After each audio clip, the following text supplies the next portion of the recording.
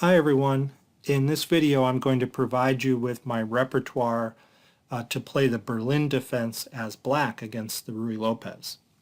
And it's going to cover all the major moves and all the main lines, and I actually made some quizzes for this too if you want to test your memory. There's a link to this page that you're looking at in the description to the video, right below the video. And you can look at that later, and there are 23 different quizzes that just test your memory of this repertoire.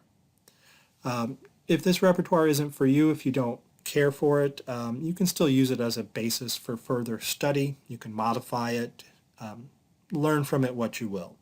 If you don't know the Berlin defense a lot, then you can still just learn this even if you don't play exactly this repertoire. You'll still learn the main lines. And one more thing before we get started. I did prior to this make another video on the Berlin defense where I covered much of what's in this video, but here I'm going to be very specific and recommend a repertoire for black, and it's going to go a little deeper than my previous video as well. Alright, so let's get started. The Ruy Lopez you probably know is e4, e5, knight f3 attacks our e-pawn, we defend it, then bishop b5 signals the Ruy Lopez. Now, one way to play the Ruy Lopez is to play a6, and then sometimes the bishop retreats to a4. And after that, the move knight to f6 is common. But the Berlin defense is knight to f6 right away. And we leave that bishop on b5 for a purpose. One reason to leave it there is in the main line, we're going to take that pawn on e4 with our knight, and then drop that knight back to d6, and when we do that we gain a tempo on that bishop. Okay, and I have a lot more discussion of the Berlin in my other video. Alright, so the main line here continues with castles, and white just leaves his e-pawn undefended, and his idea is he'll play rook to e1, get counterplay down the e-file, and win our weak e-pawn in return. Nevertheless, we will take that pawn. We want to play this in an open fashion. And now there are two main moves here. One of them is the main line, which is played most often, which is d4. Now, I said a moment ago that white wants to put a rook on e1 and win this pawn back. That's another way to play, and we'll look at that in a minute. The move d4 is an attempt to improve that line of play. d4 is trying to break open the position, attack my center right here, right away, and make this move rook to e1 even more powerful. Alright, so we're going to drop our knight back here and attack that bishop. We're going to get it off of that dangerous e-file and just attack his bishop. Now we'll look at two different moves here. First, we'll cover a sideline. Here's a funny move that you almost never see, but it is sometimes played. D takes e5. That looks like it just gives up the bishop, and we will take it, but here's the point. a4 comes, and we realize there's no square for our knight. There's nowhere to put it. So we have to give a piece back, and there are different ways to do that, but I recommend moving that knight to d4. White will trade. I'll trade another pair of knights here. And then I'll play d5. So just stake your claim in the center, and you've got open diagonals for your bishops. You'll catch up in development. The position is about equal, which is why I think that's a sideline. White wants to go for more. By the way, if he takes your pawn en passant, recapture with the queen, not the bishop, because you want your eye on that g7 pawn. Don't drop that g7 pawn. Okay, so back to the main line. So here, after we drop our knight back and attack that bishop, the main move is bishop takes knight. Okay? And then we will take the bishop back with our d-pawn. Taking back with the d-pawn is going to open some lines for us, for the bishop and for the queen, and we're headed toward a very specific position. Okay. White will now win his pawn back. D takes e5. Material is equal. He's hitting our knight. We have to move it somewhere. And the best square for it, the most active square, is on f5 From f5, it can sometimes go back to e7 and then reroute over to g6. Or in some lines that we're going to see, it's going to actually go to h4, strangely enough. All right, so the queens are facing each other, and white's play was always an intent to trade queens here and disrupt our castling rights. And right here, this is a key position that a lot of theory springs from. A lot of Grandmaster games have reached this position. This is called the Berlin Wall defense in this Berlin defense. And it's known to be pretty drawish, I think. But both sides do have chances. You have to play well. You have to have a strategic plan in mind. Either side could win. In my other Berlin defense video, I talk about this position a lot and the pluses and minuses on both sides. But here, let me just talk about what our plan is going to be. So there are a lot of ways to approach this position as black. The way I choose to do it is I want to move my king to e8. So it's safer there. I want to get it off of that open file. And that will vacate this d8 square for my rook, and I'll be able to move that rook to that square later. Okay, I'm going to probably move this knight off of this square so I can open the diagonal for the bishop. And one plan for doing that is to put this bishop on e7, which will support this knight going to h4. And that knight can trade with that white knight, or if white doesn't want to trade, we can maybe even drop our knight back to g6 and hit this pawn. Now, this rook is going to get active on the d8 square. What about our other rook? Well, that sometimes gets active by pushing the h-pawn forward and then lifting the rook up. Okay, so our king will be safe, and we'll have a good development plan, and both sides will have their own strategies, and it's either person's game, whoever's playing the best. All right, so I don't want to look at a lot of specific theory from this point on because there's so many different moves, and that's not the point of this beginning repertoire. This is supposed to all be very memorable and easy to learn. Okay, if you understand all the moves and play through my 23 different quizzes, you should be able to memorize this entire repertoire I'm about to present to you. However, we're going to look at two continuations from this point just to illustrate our plan. So one continuation is the most popular move, knight c3. Okay, that's by far white's most popular move. And I think it's because it's so flexible. It's non-committal, because that move is probably going to be made no matter what. Now, as far as how white develops his other pieces might depend on what black does. So it's considered a flexible move. All right, so we'll move our king over right away, get it off of that D file. Okay, and then h3. Now that was the most popular move in that position in the database that I noticed on Lichess. I'm not entirely sure why. It looks like a really strange move to me. You might guess, well, is white planning on expanding with g4 here? Well, maybe, but I didn't really see that plan come to fruition in any of the games I looked at that had this move h3. Maybe white's keeping my bishop off of the g4 square. Like if I move this knight, I can pin his knight with bishop to g4. But since I'm not threatening to do that yet, it seems a little premature to push that pawn forward.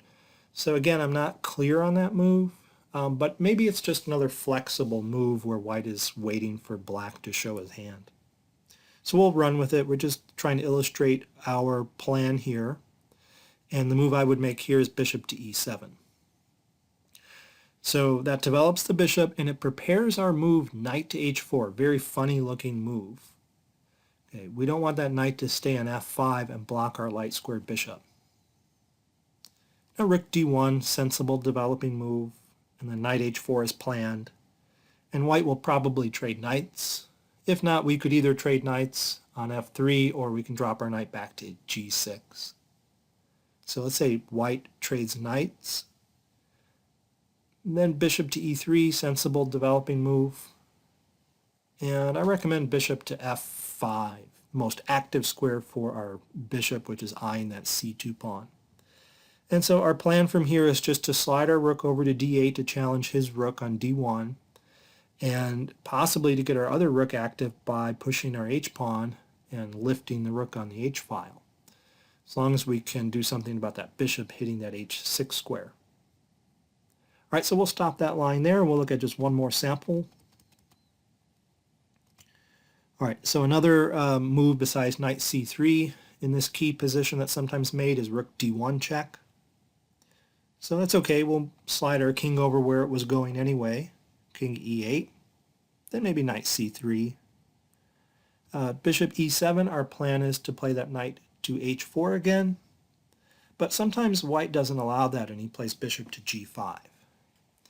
Well, we're okay with that too. We will trade bishops and then play h6 to kick the knight back.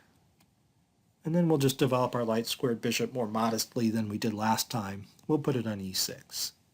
So here again our plan is to slide our rook over to d8, push our h-pawn, get the other rook active on the h-file, and we can take our knight and reroute that. We can put it back on the e7 square, and from e7 it could go to g6 and attack the e5 pawn, or it could go to d5 possibly.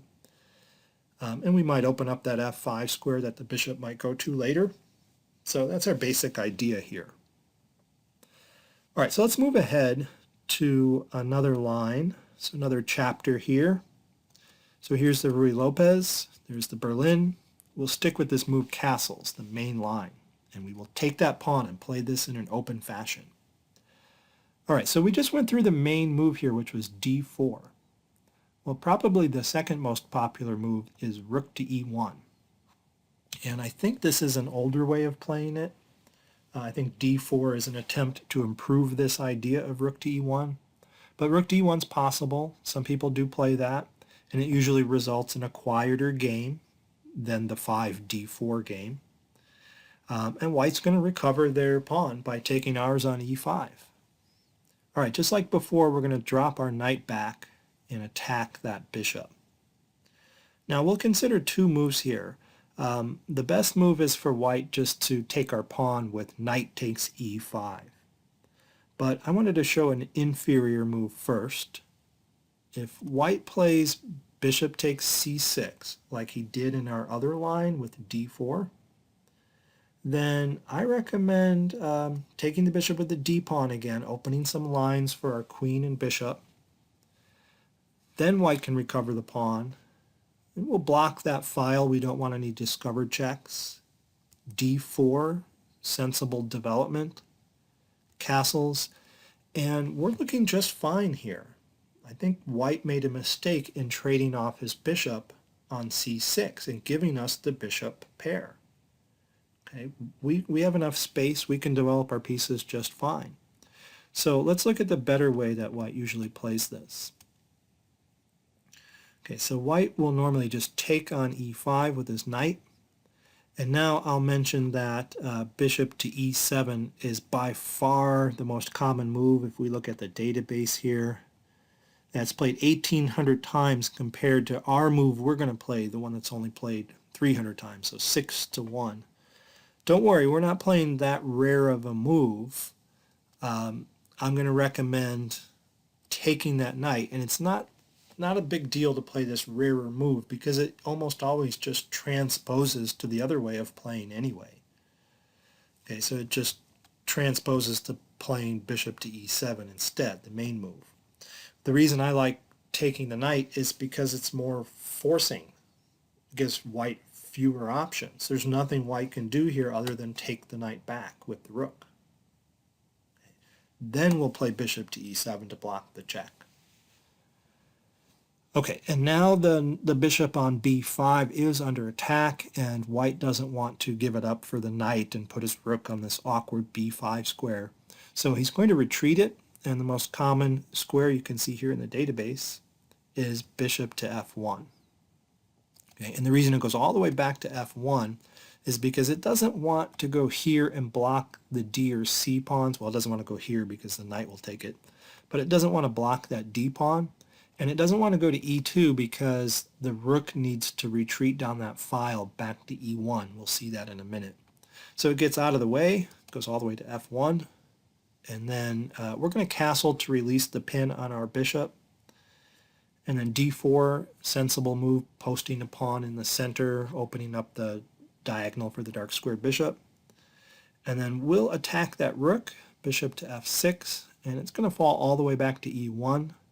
I have rarely seen some grandmaster games where they put it on e2 for some very deep, strange reason, I'm supposing. Looks really weird there on e2 to me. Okay, and now the position looks about equal, but I would say white has a slight edge because our pieces are more awkwardly placed. We still have to extract our light squared bishop here. So I recommend playing knight to f5 to release the d pawn, and that gains a tempo because we're attacking the d4 pawn here, and white has to protect it. So a good way to protect it is c3, and then we'll push our pawn to the center, d5. And we've almost equalized by now. To get that light square bishop out, a good plan would be to play knight to d6 to move it out of the way, and then you can post your bishop on f5. So we're doing well, and I think that's why not a lot of players play rook to e1 in that main line. They play d4 instead. Okay, let's look at one more move in this main line. So there's the Berlin, castling is the main line, and we take that pawn and play in an open fashion. Okay, so we looked at d4, we looked at rook e1. Another move that's pretty rare, let me look at the database here. Yeah, the third most common move that's played only 10% as often as the second most common move, or 8 or 9%, is this move queen to e2, which has a similar point to rook to e1. White's putting a heavy piece on the e file. He's waiting for our knight to move out of the way, and he's going to recover the pawn. But he's going to do it with his queen this time instead of his rook. And we have to be ready for this. Okay, I actually don't like this line. I don't like to face this as black. You'll see. All right, so the best way to play here is just drop your knight back like before, like in the rook to e1 line. You're attacking the bishop. Here the bishop will exchange itself on c6, and we'll take back with our d pawn to open up some lines. And then white recovers the pawn. Queen takes e5 check.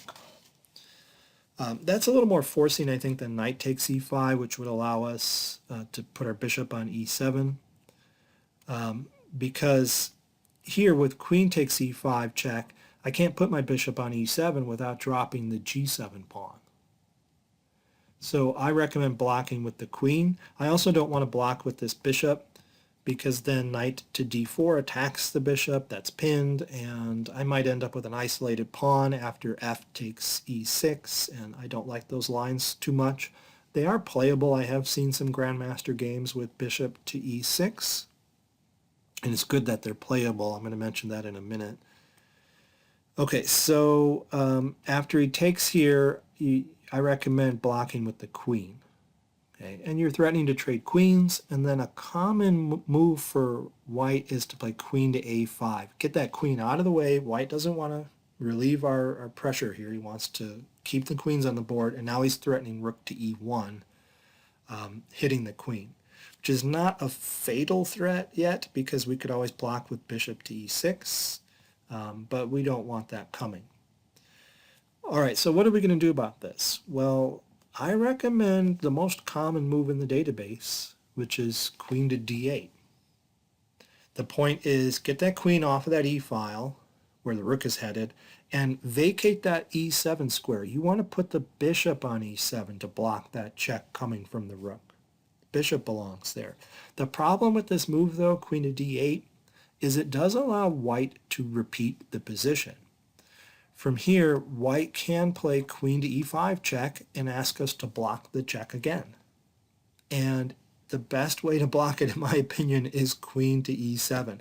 So I would probably go for a draw by repetition. Unless I was playing a much lower rated player, then I would take my chances with bishop to e6. Okay, so that's my way of playing that particular line. Let's move on to something entirely different now. We're going to look at something that's usually called the anti-Berlin. So here is the Ruy Lopez, here's the Berlin. So the anti-Berlin move is the move d3. You're going to play it more slowly here as white. You're just guarding the e-pawn. Okay? And you're not allowing knight takes e4 and all of the open positions that we got. Okay, so here we're going to play the move bishop to c5, the most common move. You put your bishop on an active diagonal here. You get it outside of the pawn chain if you want to push your pawn to d6 later. It'll be outside of that pawn chain. And now we'll look at three possible responses. Let's start with the move c3. I think that's an attempt to start building up the center with the move d4 here, but we're going to beat him to it, and I'm going to recommend a rare move that the engine says is perfectly fine. d5. I want to stake my claim in the center first. I want to open up the position. I don't like these closed positions, these anti-Berlins. So I'm going to try to open things up. And now I'm attacking that e4 pawn twice, and white has to do something about it. So we'll consider three responses. All right, one response is he may take our pawn, which notice he's threatening our e-pawn here as well because our knight is pinned. So because of that, we're going to recapture that pawn with our queen. Not our knight on f6, but our queen. The queen will guard that pawn. And I won't go much farther than this. It looks okay to me for black. Our pieces are developed. Our light square bishop can get out easily. We should be able to castle kingside. It looks fine. I'll just point out if white plays bishop to c4, which is actually a common move, probably the most common move there, because it hits our queen and it eyes that f7 square behind it. Well, drop the queen back to d6. You need to keep your eye on this pawn in case it gets attacked further. All right, and it's kind of out of the way. It's out of the way of this bishop, and putting it all the way back on d8 is probably not good because you're going to get your knight pinned here with bishop to g5. All right, let's go back right here and look at another response white might have. It might play knight bd2, and so white's protecting e4 there with his knight, and he's shielding his queen from a possible queen trade. If I trade pawns on e4, our queens would have been facing each other. All right, so here I do recommend trading pawns, and then we have to consider what happens if white tries to win our e-pawn here by removing the defender on c6. We're gonna be castling so that knight won't be pinned, but even if it's not pinned, he can remove the defender. He can take that knight and then take on e5. So we have to consider what's our plan for guarding that pawn. So we're going to castle so we can get that e file opened up. We can always slide a rook over. If white tries to win our pawn, we always have rook to e8 or queen to e7. And then if this pawn falls, the pawn behind it on e4 will be weak. So we'll be fine in that position. Okay, so let's back up. Okay, right here, another response, the third one we'll look at is the funny looking move d4. That's a strange move, and we have to play this precisely. White just forked our e5 pawn and our bishop, and our e5 pawn is not adequately defended. It's also attacked by the knight. So this forces our hand. We really have no option but to play e takes d4. Well, that's good. It's easy to remember if you don't really have an option. Then white will normally push that e-pawn as soon as that's possible. White likes to do that. Well, we'll post our knight on e4. It's a good square for it. And then white will recover the pawn on d4, and we'll bring the bishop back to b6. And this position looked familiar to me when I was analyzing this, and I realized, hey, yeah, this happens sometimes in the Gioco piano or Italian game, the classical variation of the Italian game. This exact position can occur through that line instead of the Ruy Lopez, which is kind of funny. So I won't go any further here. It does look about equal to me. I like the knight posted in the center. It's perfectly safe there. We have pressure on this D pawn, which doesn't have a pawn to defend it. So white has to keep an eye on that. We'll be able to castle short here. A bishop has a clear diagonal. We can pin his knight. So it looks fine to me. All right, so backing up. Okay, let's see. Right here, after bishop to c5, there were 3 moves I wanted to look at. We just looked at c3. So another move is sometimes played as bishop takes c6, and we're going to take back with our d pawn.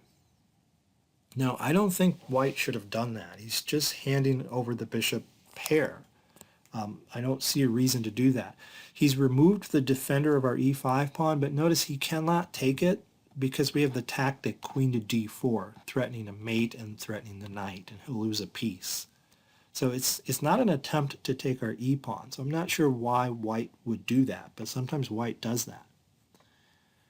Okay, so let's say castles is a common move.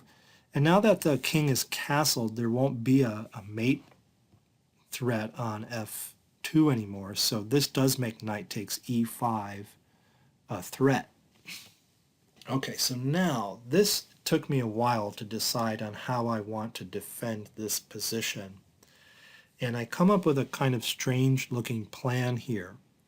This pawn on e5 is weak. It's going to be weak for some time. And white can attack it again with this knight, that maneuver. That's pretty common. So I need a very solid way to keep that pawn. And the way I settled on is the unusual looking move knight to d7. It does temporarily block in our bishop, but we'll get that knight moving again in a little while and the bishop will open up. Our plan is actually to play f6 to make that pawn really solid. And this has been played by grandmasters sometimes. Okay, white might play knight b d2. We'll castle.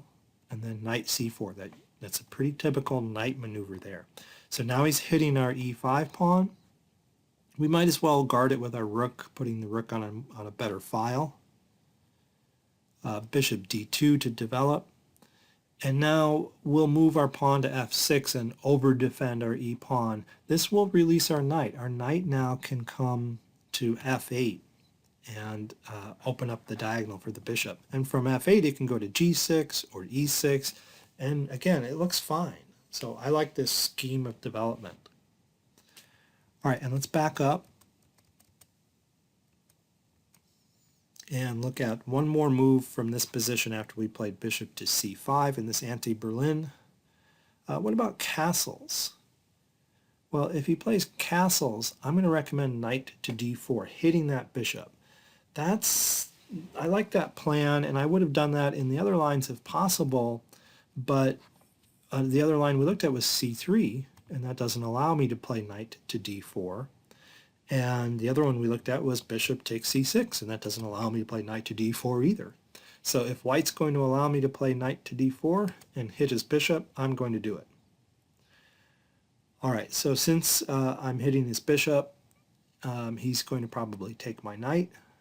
And then I'll play bishop takes d4, and I'm really solid here. c3 to attack my bishop and expand in the center.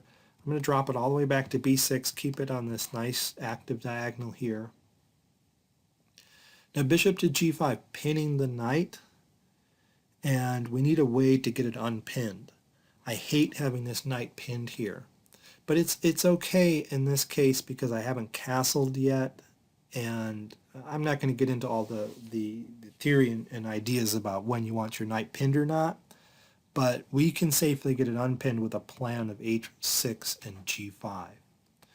So we're going to play h6 here, and bishop h4, but we should not play g5 yet because his bishop is going to go to g3 and hit our e-pawn, and we need a plan for how to protect that e-pawn, and I'd like to push the d-pawn to d6, but that bishop would be checking me, pinning that pawn.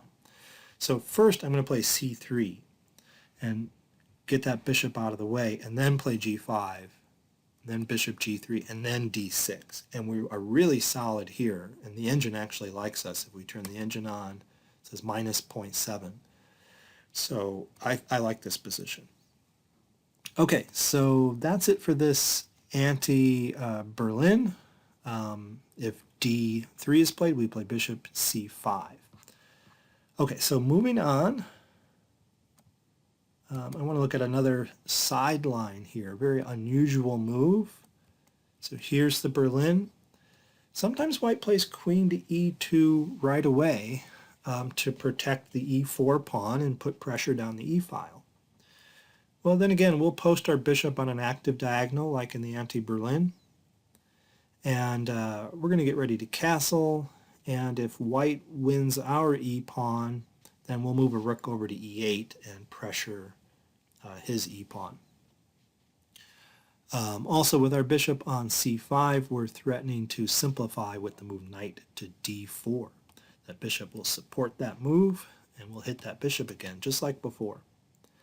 So often white will play c3, both to stop our knight from coming to d4 and to possibly expand in the center later with d4. So here we'll just castle to be ready to post that rook on the e-file. d3, I don't think it's favorable for white to play d4 in that position because we have that square guarded 3 times. So d3 is the more common move. They're getting their dark squared bishop out, and they're playing it more slowly.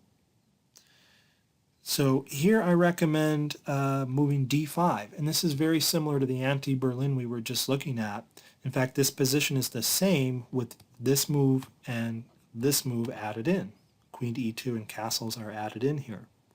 And this is perfectly playable here as well. And I'm going to look at 4 different continuations. Let's start with bishop g5, pinning our knight. How are we going to handle this pin? Well, we'll exchange pawns on e4.